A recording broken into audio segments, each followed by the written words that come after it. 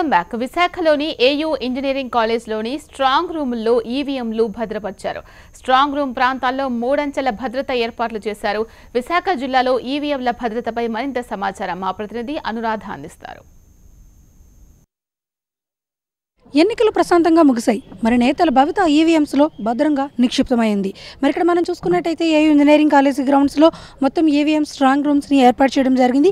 ఇక్కడే మొత్తం జిల్లాలో అన్ని సెగ్మెంట్స్కి జరిగిన పోలింగ్కి సంబంధించిన ఈవీఎంస్ని ఇక్కడికి తీసుకొచ్చి భద్రపరచడం జరిగింది. అత్యంత భద్రతా వలయంలో ఈవీఎంస్కి సెక్యూరిటీని అనేది ఇస్తున్నారు. ఇటు సెంట్రల్ ఫోర్స్ అండ్ అలాగే సివిల్ పోలీస్ ఇద్దరు వ్యవస్థలు కూడా ఇక్కడ ఈవీఎంస్ని చాలా అత్యంత భద్రతగా ఇక్కడ పహారా కాస్తున్నారు.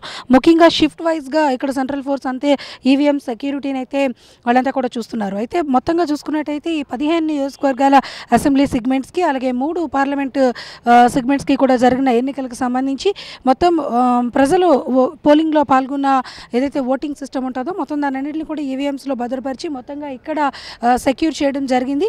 అయితే అత్యంత భద్రతా వలయంలో ఈ ఈవీఎంస్ సెక్యూరిటీని అనేది ఇక్కడ చూస్తూ ఉన్నారు.